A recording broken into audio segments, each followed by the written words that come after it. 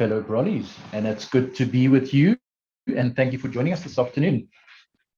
I know that many of you have busy schedules, but it is important for us to take time out to focus on our well-being, and thanks to Andidi and the Human Capital team for arranging these sessions. I think we all know that our mental impact and the mental impact of the pandemic has been felt by all of us here at Brol. And I also think that if we take time just to look back and have a look at our sheer resilience that we've had to display during the last 15 months, it's really, really been commendable. And your courage and your tenacity is something that really we need to value and appreciate, and that's really to be applauded. You've had to often overcome many serious challenges, whether they be financial, whether they be mental, whether they be emotional. And this pandemic has taught us that life is so fickle, and it may have claimed friends or family, and in some cases, maybe even a colleague at Brol. And it's in those moments of loss where we need support and tools to assist us to move past and work through the loss that we had suffered. And if I look at Brol externally, and I think if people look from the outside in, I think they're going to see this large corporation with thousands of employees and all working independently. But if you and I know, if we zoom in a little bit closer, you'll find closely knit teams who hold up each other when times get tough, who lend an ear when their teammate needs to talk, and who consider their team to be their family away from home. But we've seen that this disruption in our normal routines, in our normal behaviors, and the rhythms of everyday human engagements can also contribute to a lingering unease and sadness that we sometimes feel, but we don't know why we're feeling it. So not only are we mourning the loss of lives, but we're also mourning the loss of normality, from not seeing our co-workers, from not engaging in the mundane routine in human engagement elements and activities of normal day life that we were previously used to, and things that we took for granted. So today we'll focus on the concept of grief. And grief can follow any type of loss. And grief is something that we will all encounter, and it may be something that you've already had to deal with. But I do believe that generally people tend to be resilient in the face of grief. And once the immediate crisis is past, people usually are able to reach a place of acceptance where they're able to adapt and find ways to cope with their loss. So I hope today's session, which is very relevant and I think very real, will assist you with some tools to navigate the process of grief when it does arise. But before I hand back to Andile to introduce today's session, I'd like to please call for a moment of silence for those of us who have lost loved ones during this pandemic. Thank you.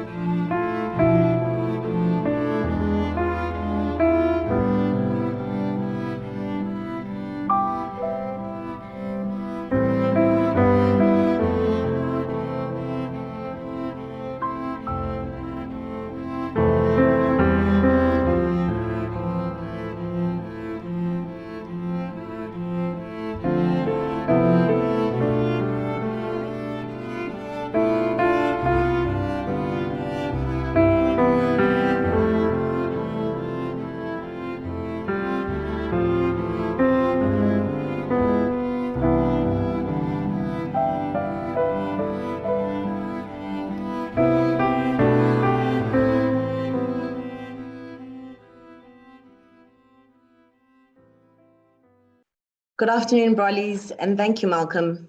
Grief is something many of us at Brol have had to deal with over the last couple of months. Thank you, Brollies, for joining us this afternoon for our 9th session of the course series. As you know, this series aims to empower us with practical skills and mental tools to assist us in maintaining our well-being. But there are challenges in our lives, however, when not being in a total state of well-being is actually normal, and that's grief. Grief is our natural reaction to loss, and it's often a very personal process with no set blueprint on how to navigate it. However, there are some general grief strategies that we can use to help us with the process. Today, we're going to take a look at those strategies. What is grief? And how can we help our loved ones or those colleagues that are going through grief to cope with the state of grief? Today, our speaker is Dr. Stanley Arumugam, a psychologist and coach based in Johannesburg. He's been working with organizations over the past 30 years as an organizational psychologist.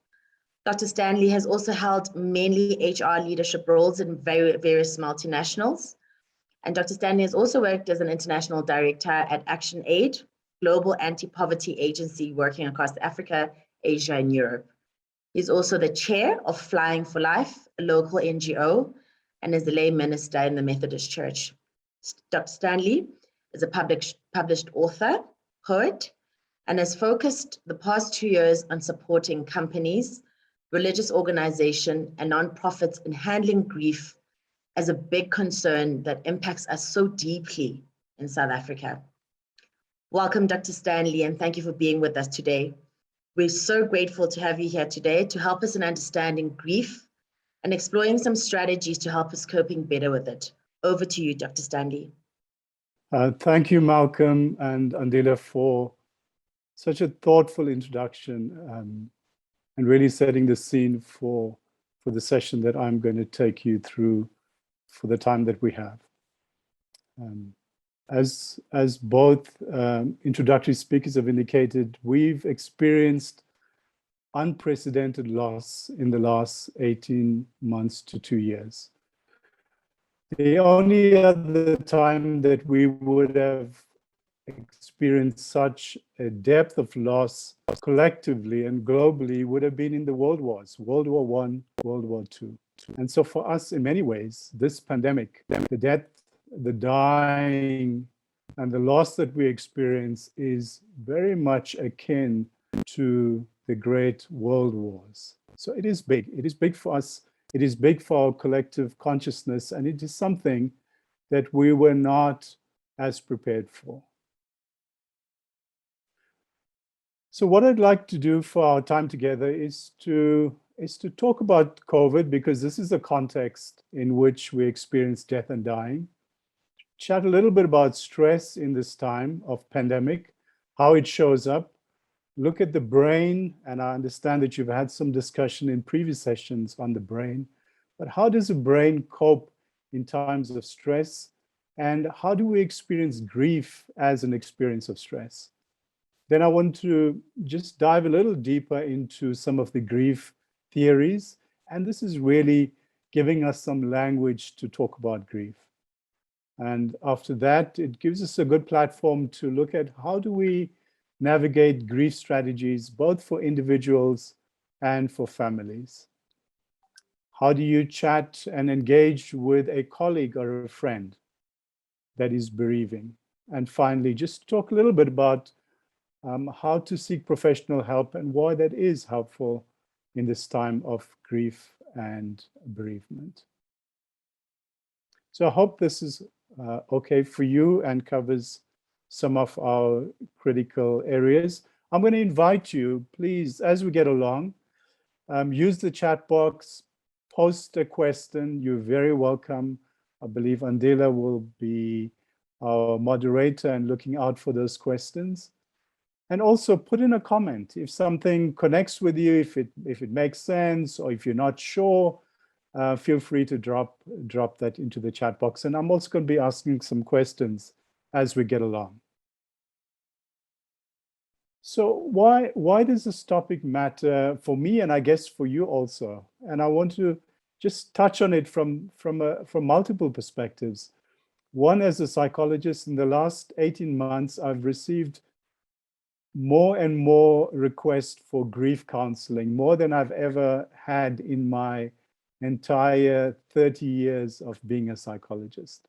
So it's saying something to me that this is a very critical need that we're experiencing. And also, as Andila mentioned, I'm a lay minister in the Methodist Church, and I'm finding also that pastors and other spiritual leaders are really not equipped with the depth of loss. And so a lot of people are coming to religious spaces, the churches, the mosques, the shuls, the temples, and our religious priests are not as equipped. So there's a crisis and a big need.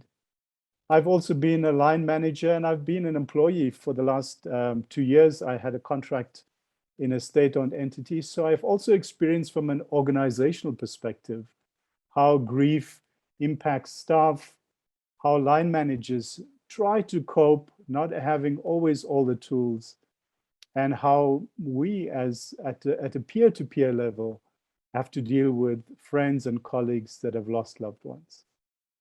And then I guess at a personal level, like me, we've all known somebody that has died over this last 18 months. Someone in our families, extended families, a close friend, or friends of friends. So we're all touched by death and dying in this time. It is not something that none of us are touched by. And so in a way, it is really, we're not talking now about only individual grief, but we're talking about a collective human experience. So what I'd like you to do is just to, in the chat box, just say yes or make a small comment. How many of you have experienced the loss of someone, either in your immediate family, extended family, or friends of friends, somebody that you know, in the workplace, in your family circle, in your friendship circle? In the last 2 years, how many of you have experienced death or dying? Can you just drop in the chat box yes or number of people that you lost? We have a number of people coming through, Dr. Stanley, lots. Yes, several family members. Yes, I have. We've got, and yeah, a lot of responses that have come through confirming in the affirmative that they have. Yeah, thank you. And I guess all of us are touched. So this topic is very personal for us. And if we look not just individually, but in South Africa and Africa as a whole, and I understand Brollies, I'm going to use that word now, I've just discovered it. Brollies are across South Africa and Africa. So we've experienced great loss in our nation, in the continent, and even globally, of course. But we're dealing with different levels of loss, it seems. And if you just follow with me on these pictures, in the past 3-4 years, we would have dealt with what we would call normal bereavement. A colleague loses a loved one. We know about it in the workplace. We come around and we give some level of support. The person usually takes bereavement leave, and we get through. As Malcolm said, a lot of people work through that grief and get back on their feet in time. What we're now experiencing is a second level of grief in the second picture, where the pandemic has exploded our experience of grief. It's now not just those isolated incidents of death and dying and bereavement. We are now confronted full on with the number of incidents of people dying. Every week, we're getting some WhatsApp message of somebody that we know or someone in our circle as a result of the pandemic. And the pandemic has also shifted and reshaped our experience of grief. And I'm going to talk a little bit about that as we get along in the session. We are not grieving the way that we know how to. So there's a lot of distress that has been created. And third, on top of all of this, we're also experiencing a loss and a grieving at a national level. In the last month, 2 months, we've experienced unrest in our country. A lot of lives were lost, but more than lives, property. And this is your core business. And so it is very personal to you. But not only to you, but most South Africans have just expressed this collective grief and grieving. We've lost something. We've lost We've lost our ideal of our rainbow nation. We've lost our optimism. So grief is not only something personal, but it's also impacting communities, and it also impacts us at a nation level and even at a global level. When a lot of us are looking around the world and asking what is going on, there's such a sense of loss even across the world. So, friends, colleagues, we're in an unprecedented time. This is not looking at grief in the way that we usually used to. So we've got to rethink how our experience of grief is showing up, and also how do we navigate in this very different time. So as I'm going, how many of you also experience these different types of loss, not only death and dying, but also in this last 2 months, just a sense of national loss? If you felt that sense of national loss, just say in the chat, yes. And so this is just for us to expand our understanding that grief is about losing a loved one, but it's also in other forms of loss. It could be losing a job, it could be losing a pet, it could be shifting from one town to another and losing a whole lot of old friends. So grief is a big concept. For our time together, I want us to focus in very specifically on the death, dying, and loss of a loved one. But that does not exclude other experiences of grief.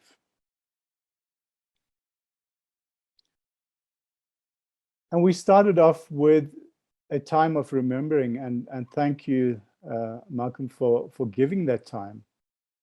You know, sometimes we take for granted this moment of silence, but this moment of silence really matters, because we've got so many things going on in our lives. It does help to just stop, remember, and for those that have lost loved ones, we do this on a daily basis. We do it in our rituals, and I'll talk a little bit about this. The picture on the right is me and my mom. My mom passed on at age 92 in 2016, so on the 31st of August. So for me, this month, this last month, and this next few weeks are a time that I'm remembering her. We were very close. And so I'm going to, at the end of the webinar, also share a blog with you where I've been writing my experience personally. How did I cope with the loss of my mom? How did I go through a grieving process? And offer you some tools. You're welcome to look on my website. But here's the thing, I'm a psychologist, I've been trained, I know what death and dying is, but when it happens to me personally, it takes on a whole new meaning and perspective. And so every one of us will experience death and dying very personally. It's just like we have different personalities, our experience of death and dying will also be different. But it's important, as we are doing today, and I really want to applaud Brawl.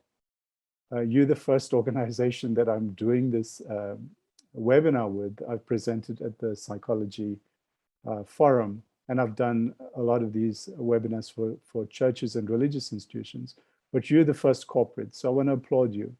And what you are doing by creating some time is really to give your staff and all of us permission to grieve.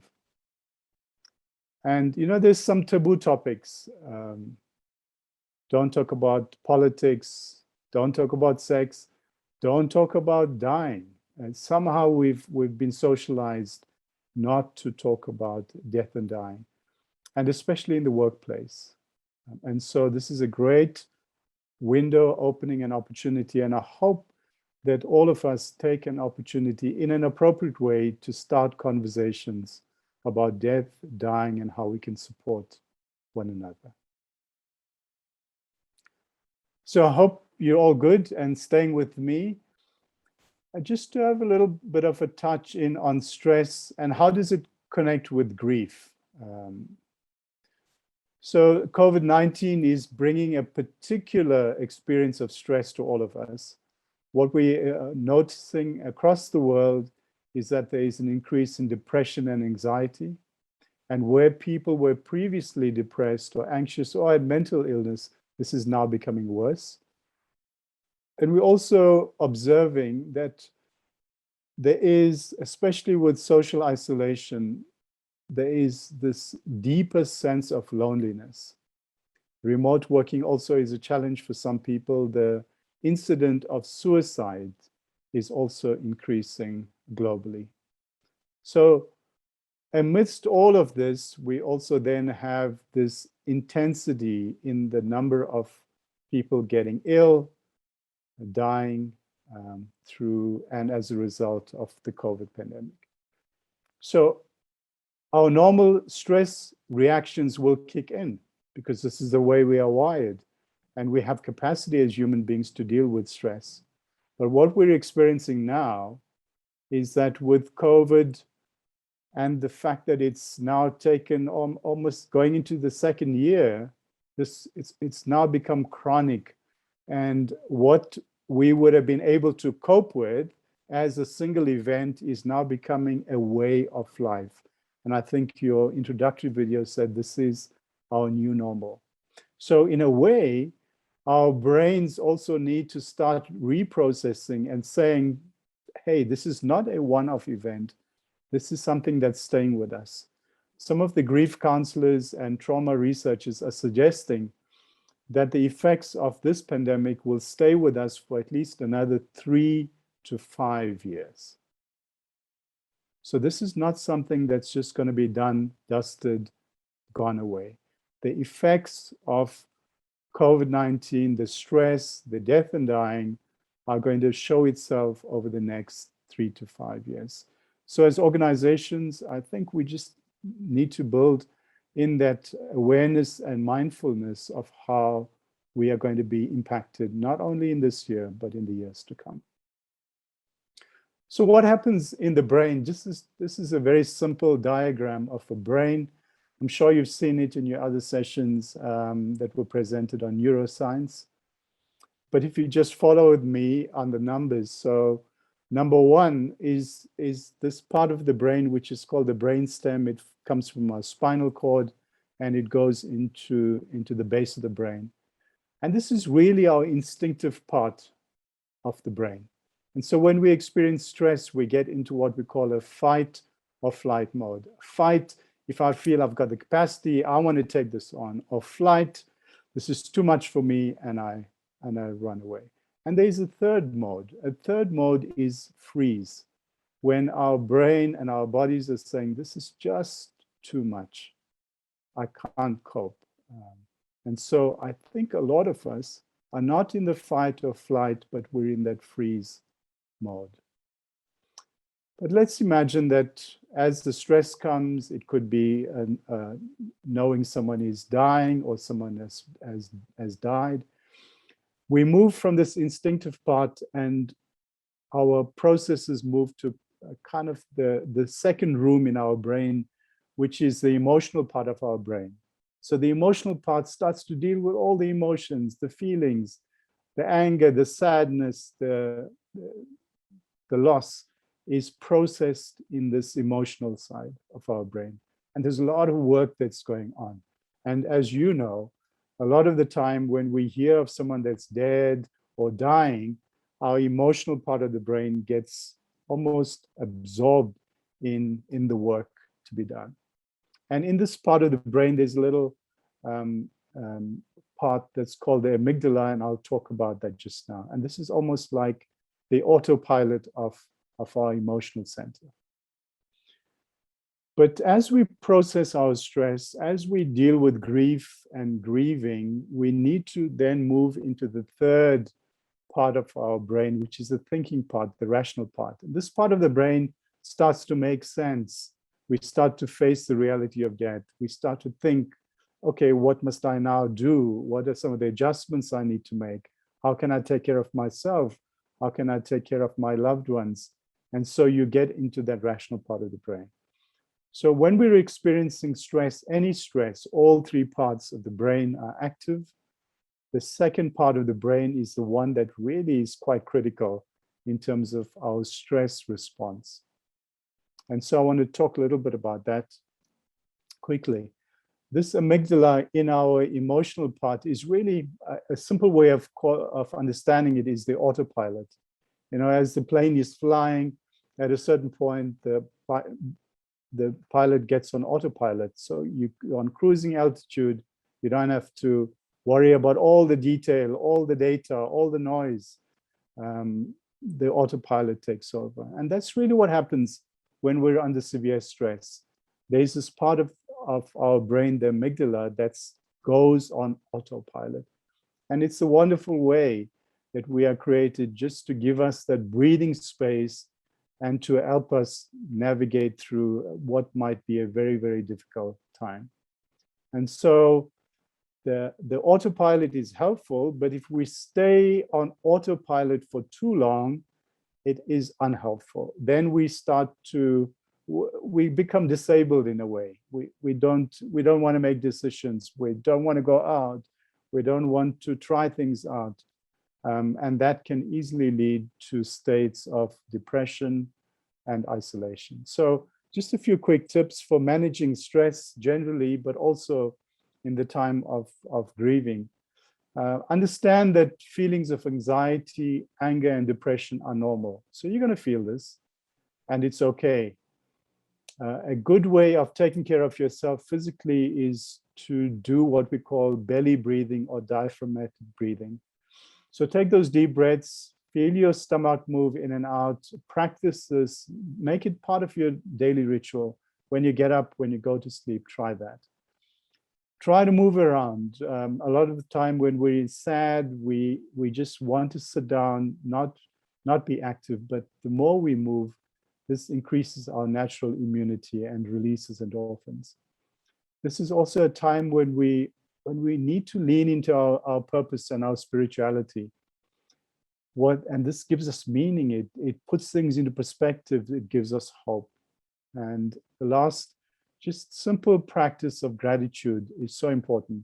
And it will help us just to see a little bit out of the fog that there is light, that there is hope. So I offer these to you, just ways of thinking about any stress, but especially as you are dealing with coping with death, dying, the news of this loss, and in this time you're supporting other friends and family. So I want to get to just going a little deeper to understand loss and grief, and just to get a shared language. So what do we mean by loss and grief? And there's a few terms that we use quite interchangeably. And the idea is not to be technically right here, but just to get a sense of what are we talking about. So loss, as Malcolm and Andile said, is whenever we lose, when there's an absence, when someone or something is taken away. And this could be anything. That's loss. Grief is the process, is the emotional response to that experience. So I lose a loved one, I lose a friend, and grief is that emotional response to that experience. And often grief is like, you get hurt on your ribs and nobody can see it, the pain. And so that's how often grief feels like.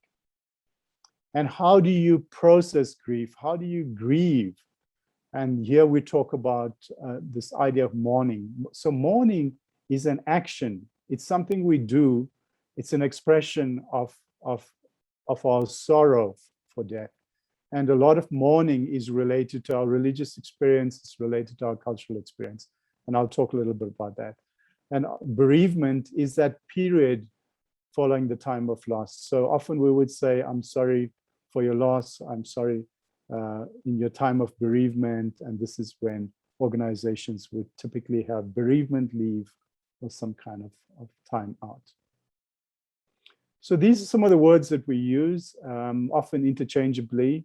And so what I'd like to explore is this process of grief. How does it happen for most of us? And because we have a lot of human beings, we kind of, through researchers, have looked at what are some of the usual ways of coping with grief. So let's explore some of that. But when we talk about grief, there's also some myths and which are helpful and unhelpful. So I want to just get, if you see that little picture on the left, that cartoon, and the writing in the block says, you can see this woman, girl is wounded, but she's got this big smile. And it says, what? No, I'm totally fine. See how big I'm smiling, no pain whatsoever. And this is often what people show and what's going on inside is not always the same. So grief is not a disease. It's not something that you go to the doctor to be cured of. It's not something that you want to get rid of. It's a natural part of our human experience. Just like we wouldn't consider pregnancy a disease because that's the natural part of life, so too is grief. But we don't always, some people think it's like a disease, something we have to get rid of. When we grieve, it changes our lives completely. Some people say, when you grieve, you lose, some part of you gets lost. But some part of you also gets reborn, and there's opportunity for healing and growth. Because this is a natural process, something gets lost and something gets given to you. And so this grieving is really that cycle of losing and receiving, and we'll explore that a little bit. But often we hear people just throw some language around this, and I've got a few there. I'm going to ask you in the chat box to write up some that you've heard. Some people say grief is like flu. You just get over it. Have you heard that, or have you heard of something else of how people talk about grief? Some people say women grieve more than men. Is that true? Just write a note in your chat box. And some people believe that, say, you know what, there's an end point. There's a starting to grief and there's an end point to grief. This is a myth. Have you heard of some myths of grief? What have you heard in your context, in your cultural background? So I'm inviting you just to drop one or two comments into the chat box. Myths of grief. Andila, if you can read, We've maybe got some that have come in. We've got one that's come in, Dr. Stanley. Time will heal everything. Oh yeah, that's a classic one. That's a classic one. Yeah, That's true. Another one that's come in is you'll learn to live with it. It never goes away.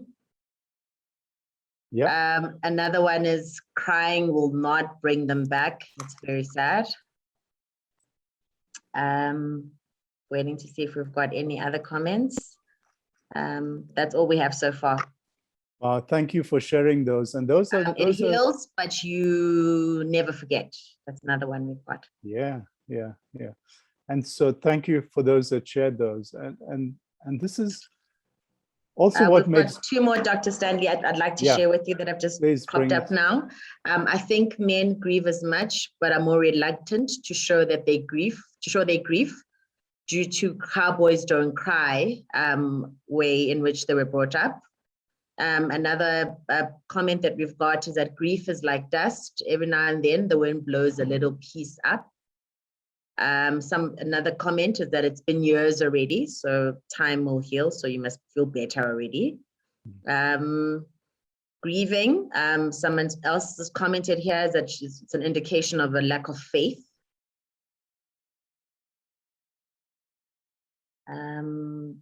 That's about it. I think there's nothing else. Yeah, thank you so much. Really good. I'm going to take some of those pointers. I think those really good examples of common expressions and language that we often come across, which are not always helpful. I like that one about grief as dust and it rises up. So there is no formula for grief. There's a lot that's been learned about grief and how people cope with grief, but it's different for different people. Time does heal, but time also can be a burden for some people. and there is no gender difference in terms of experience. Men have been socialized to not express grief as much, but it doesn't mean that they don't feel it. And often this is an unfortunate experience for men. So try to, in your families, in your friendship circles, to reframe some of this language so that we can actually learn and grow from better ways of talking about grief, which also helps us in terms of our healing process. And we've got just one more comment that's just come in now. Dr. Stanley saying that I can keep a good front going, but grieve internally for months on end. Yeah, yeah. And it's very much like that cartoon, right? So you see, we put on a mask because often that's what's expected. If I'm showing up at work, I can't be. Then you must be sad. fine. Of course I must be fine. And sometimes the pressure of family and friends, it's like so long now, well, just get over with it, you know. I have a friend that that we went to varsity with, and we're just quite close. He lost his wife and 2 children in a family suicide. And I talk to him often, and he's still grieving. This happened 8 years ago. And the thing that really is hurtful for him is when people say, just get over it. It's so many years now.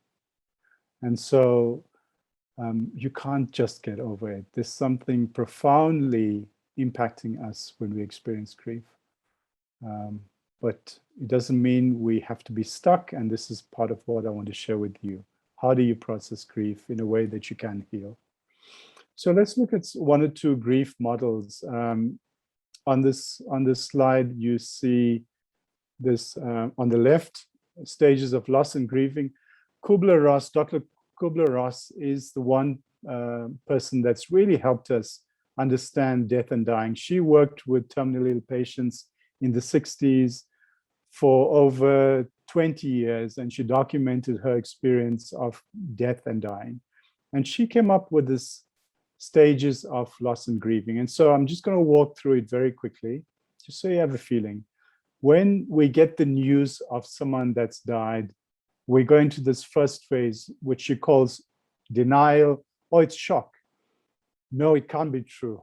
And so we just say, let me find out from someone else. And so we're going to this immediate state of denial. And it's almost a shock absorber for us psychologically. This is a way that we cope with receiving a really hard news. No, it can't be true. And as we start to accept the reality of death, we go into the second phase on that, which is anger. And then we want to blame someone for it.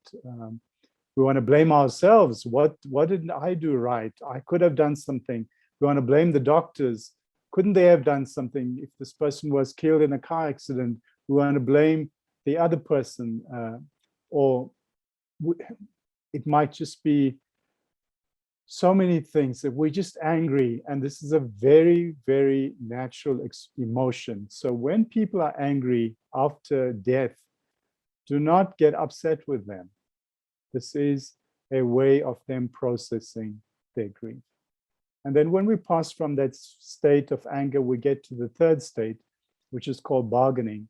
And here it's almost like we start making deals, with God to say, please God, let my loved one have a peaceful death. Don't let them suffer. If they are in hospital, in ICU, let them die peacefully. Or we start making bargains with God. If you let them get through this, I will do this for you. And so this is again a way of us just trying to be in control of a very devastating loss. Then as we pass through that, we get to the next stage, which we call depression. And this is really just getting to that space of sadness. We start to accept this reality, and then it just takes us into that very dark place, because we know now we have no control of the situation. And in time, we're talking to friends, getting support from the organization, seeing a therapist if you need to. We get to this final phase of acceptance, where acceptance is making peace with the loss. It's not giving up, it's not out of frustration, but it's coming to the place of I make peace with the loss, and I'm ready to move forward. So those are the 5 stages of loss and grieving. And then you see on the right, sometimes people think that everybody goes through these stages in that logical order and sequence, but grief is really more like the picture on the right. We think we're going through all these stages, and then it gets all muffled and jumbled and chaotic. And so Kubler-Ross's model is really helpful for us to understand different phases, but they don't go in a logical sequence. And sometimes people might move from anger to depression and just different phases. But it gives you a sense of knowing, where is my loved one, where is my friend, and then just to help at least talk with them about the grief process. So that's one model. Another model is by a psychologist called Warden, and he says that there are 4 tasks of grief. First, to accept the reality of loss, which is a big task in itself. And once we've done that, is to work through the pain of the grief. And this is dealing with all the emotions that go with grief, and some of which I've shared with you now. And the third task is then to adjust to the environment without the deceased person.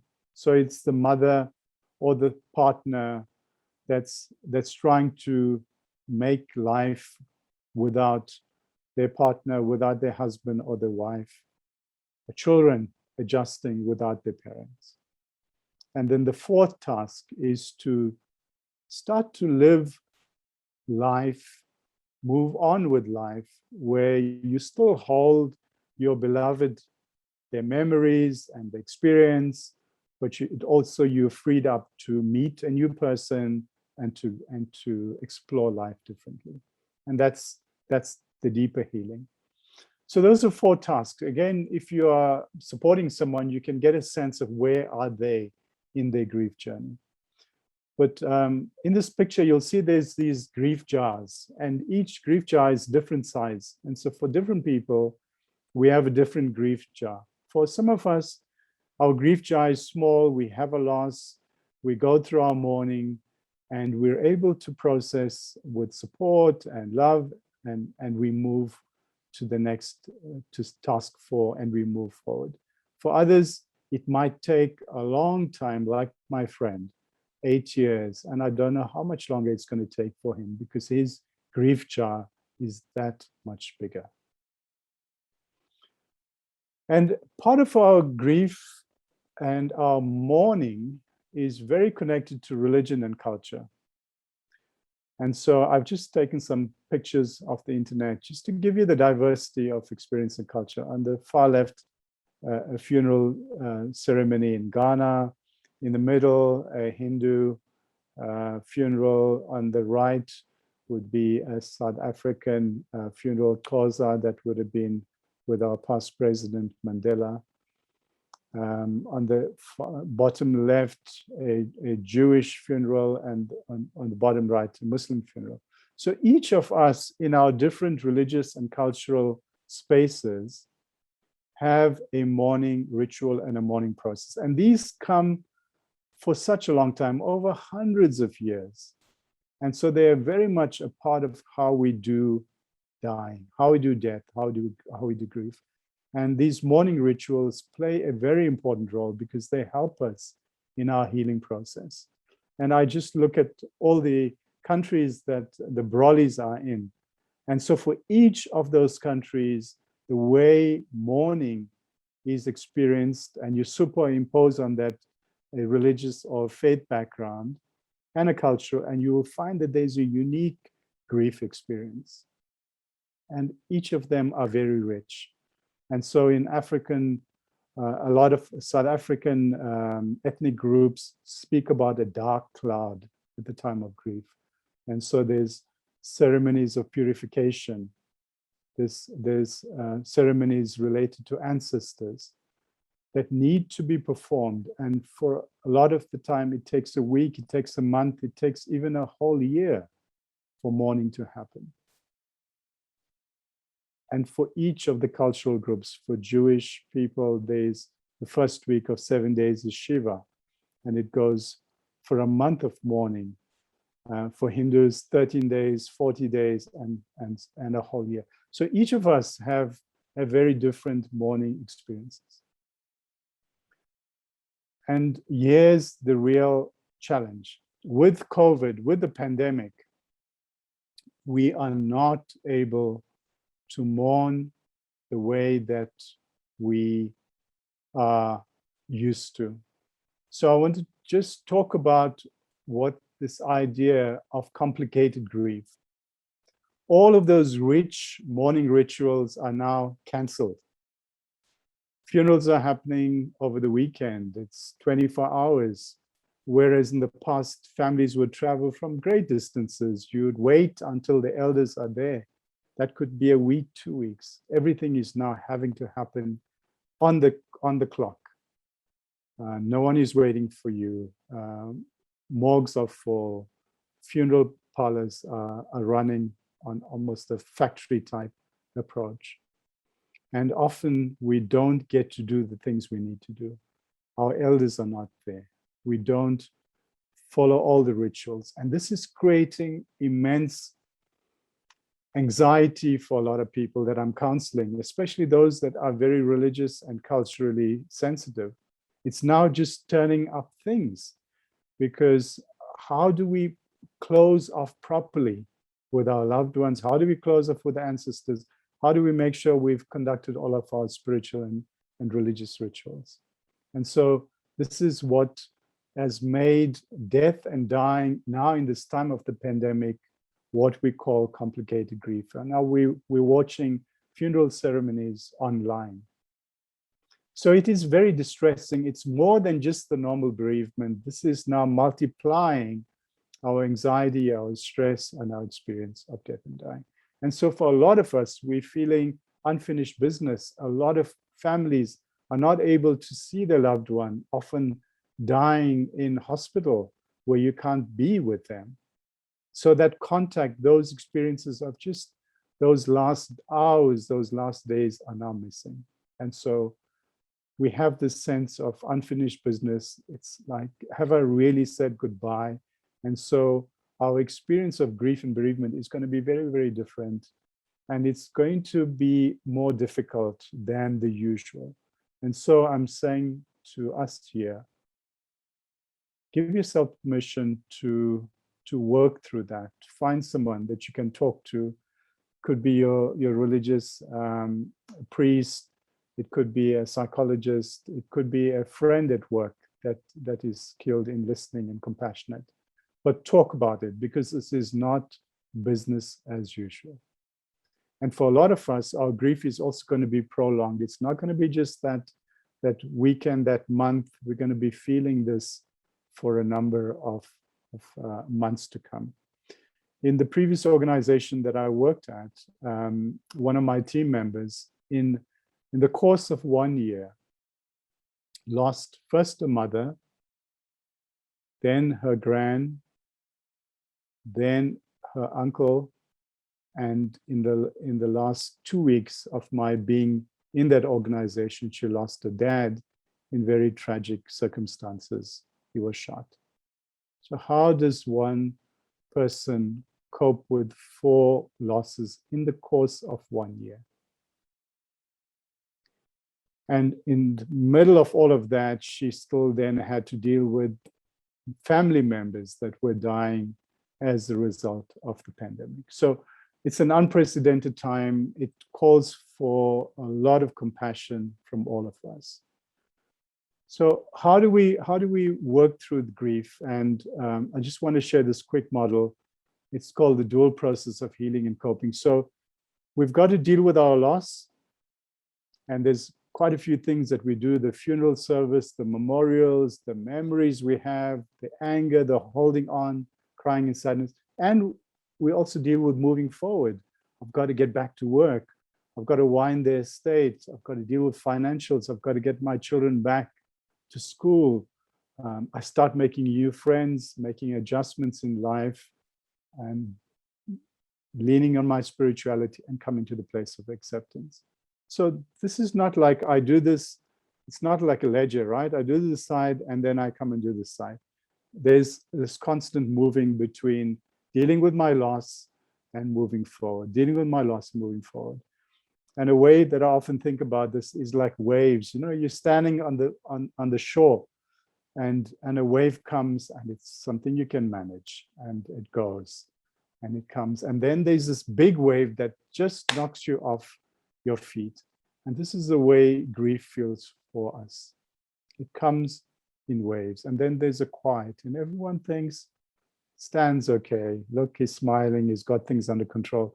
And then next week another wave hits, and then you think, what happened now? I thought everything was sorted out. And so grief is like waves, and this is the way we make our healing, dealing with the past, moving forward, dealing with the past, moving forward, until we find a new rhythm. So as I'm going towards the end, can I ask you in your chat box to say what has been helpful for you? If you've lost someone, what did you find helpful when you were coping with your grief? And also, if there's any questions that you have, please put them up before I come to the end so I can take them. So it's important to understand that, as we said right from the start, that grief is a normal part of life. From the first person that came on the earth till the last, we're going to be born, we're going to die. So it's not unusual. This is normal life. But in our normal life, we, as you follow this curve with me, we're going to experience trauma, we're going to experience suffering, there's going to be challenges that come up. And at some point, we're going to get into this real low in our lives. And often this is called the dark night of the soul, if you have a spiritual sense. It's just that low point. I've reached the bottom. I'm in the pits. You know, that sense of this is the Can't get any worse than this. Can't get any worse than this, yeah. And so it's really a place of deep darkness. And then we start to come out of it. And how do we come out of it? We come out of it through the help of our friends, our family, our colleagues, professionals. Just we need to start talking about our experience, and then we start to experience hope, and that leads to transformation and growth. So what we are learning is that grief is not the end of the world. It's not a bad thing. It's actually part of our healing. And we've got some lovely comments here, Dr. Stanek, just an answer to your question. Yeah. Sonia's saying hold, that she must hold that comment. Yeah, not a problem. Yeah. And so what we are learning is that as much as we experience stress and trauma, it's not the end of the world. We're also finding that people can actually grow out of these very deep, dark spaces and devastating loss. And so just to give you one example of a psychologist, Viktor Frankl, who was in the concentration camps of Auschwitz, where it was the Nazi concentration camps where many Jewish people were killed. He was there in those camps, and being a psychiatrist, he was starting to observe different people, and he noticed that some people, despite all of the death and dying and the despair, there was something about them that still gave them optimism and gave them almost a spark for life. And when he talked to them, it was this sense of hope, the sense of purpose, meaning. I can see the big picture. I can connect what's happening now, and it's more than what's happening now. And so Viktor Frankl wrote this wonderful book, In Search of Meaning, and he developed a whole therapy related to meaning. And so for us also, when we start to make meaning, we can get through these very difficult places in our life. And so that's my invitation to you. You see that little tree on the side, that there is hope and we can get to a better place, but you also play an important role. You can be the one that enables a friend, a colleague, a family member to actually move from that real low point to just see there is hope. So take up that space, and you're closer to those that are in your space. So just the last one, if you have a colleague or friend that has lost someone, here's some things that I find helpful. First, listen. Just listen. Don't speak. Don't give advice. If you can just sit with someone, listen. It actually means a world. Empathize. It says, I feel for you. I'm getting a sense of what you're experiencing. You don't have to talk a lot. You know, this is the thing that we're always anxious. What must I say? I don't have the right words. When you are sincere, people get that. You just sit with them, hold their hand, go to the house, have tea. Don't have to talk. Just be. Give them space. If people want space, give them space. Don't crowd them in, because often we're anxious and we want to just deal with our anxiety. Just leave. If they want to take a walk, if they want to take a weekend away, give them the space, and then be available to talk when they want to talk. Provide practical help. It could be cooking something, cleaning up the house, just taking care of the kids, and then check on your colleagues. You know, for a lot of people I'm counseling, I ask in the workplace, what have you found most helpful? And they say, just my colleague sending me a text and asking how you're doing. Just knowing that someone's there. Send a short WhatsApp message. Don't send videos, don't send long things, just short messages that are encouraging. And then also encourage professional help. A lot of us get through our grief without going to see a professional, and that's quite okay. But as I said, this time is a little more difficult, and if you need to, it's not a taboo. So talk to someone. If you go to see a psychologist, they're basically going to talk through your experience, help you think through different ways. And if you are leaning into anxiety and depression, they might be able to help you recommend some medical help that is always very, very useful in this time. So that brings me to an end. That's my email if you want to drop me a note and want to chat. And if you want to look at my blog, as I said, I've been writing my journal, my grieving journal. You can write that down. I'm sure we'll share this presentation with you also. You can have that. So Andile, thank you so much. I'll take questions, comments. Thank you, Dr. Stanley. We've got some lovely comments, I think, from the question that you asked earlier, and some of the comments that I have here. Someone was saying that just talking to someone, it helps you not to get too consumed in it. I'm assuming that's referring to the grief. So you don't get consumed by grief when you're talking to someone. Another comment that we've received from Jess, she said that it helped to find others in a similar situation, to know that I wasn't the only young widow in the world, to know that others were surviving the same situation gave hope. Wow. Another comment that we've received is professional help helped me the most. And that's something that you were just commenting on just now, Dr. Stanley, about perhaps just seeking professional help as an option as well. We don't have any questions just yet, but we do have more comments. I'm just trying to see. Sharing that grief, Sonia saying that sharing that grief for her with someone else helped, even though they were not able to assist in any way, but that moment of sharing obviously helped her. Another comment that we have is, death is so final, but the coping mechanisms that you've shared today are certainly going to help Nguli cope in terms of just coping with grief going forward. That looks like that's all the comments that we have on the chat section. Just one question on the question side, Dr. Stanley, is that is it okay for staff to talk about grief in the workplace? You touched on it briefly earlier, but you know, it's a taboo subject. Can we start talking about grief in the workplace comfortably, especially during this time of the pandemic?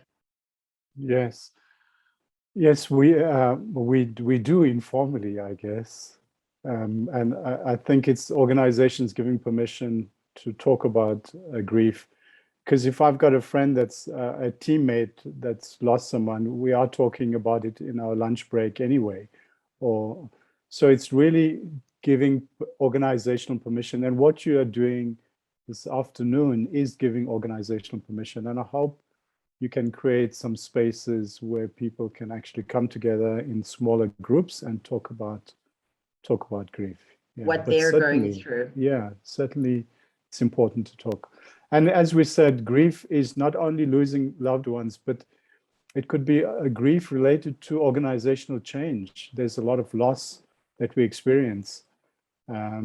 Changing jobs, changing structure, changing the way of working. So remote working is also an experience of grief for a lot of people, because some of us are just wired to be there face-to-face, physical, and now we're not. And especially And if that we sense of loss that we're losing from just not being able to commune with our colleagues in our place of work. Yeah.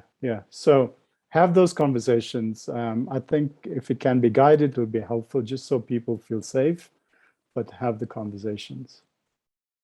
I think one of the, I mean, I've written down all the points that have really stuck for me today at Dr. Stanley, and I think just an attitude of gratitude. And as I was reading about grief this coming week and trying to understand the topic before this talk today, there's a quote that stuck out for me, and it said that 1,000 moments I had taken for granted, mostly because I assumed that there would be 1,000 more.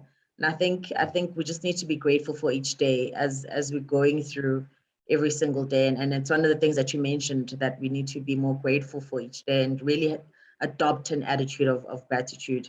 So we are really, really grateful for having us take the time out today just to take us through grief. And it was a wonderful session for us. And just a reminder for those that have stayed on the call, thank you so much for staying on. I know we've gone longer than we usually do.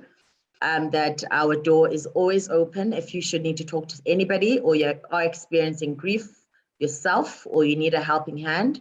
Our door is always open and will continue to be available for you if you need to talk to anyone. You may also contact one of the help or support lines that will be displayed on the screen at the end of this session. For our bodies that are outside of SA, please contact similar bodies in your region. We do encourage that. As Dr. Stanley mentioned, seeking professional help is definitely encouraged and advised. And just a reminder that we'll have our next session of the course series next week, Tuesday, same time, same place. Until next time, remember, we are in this together, even though we're apart.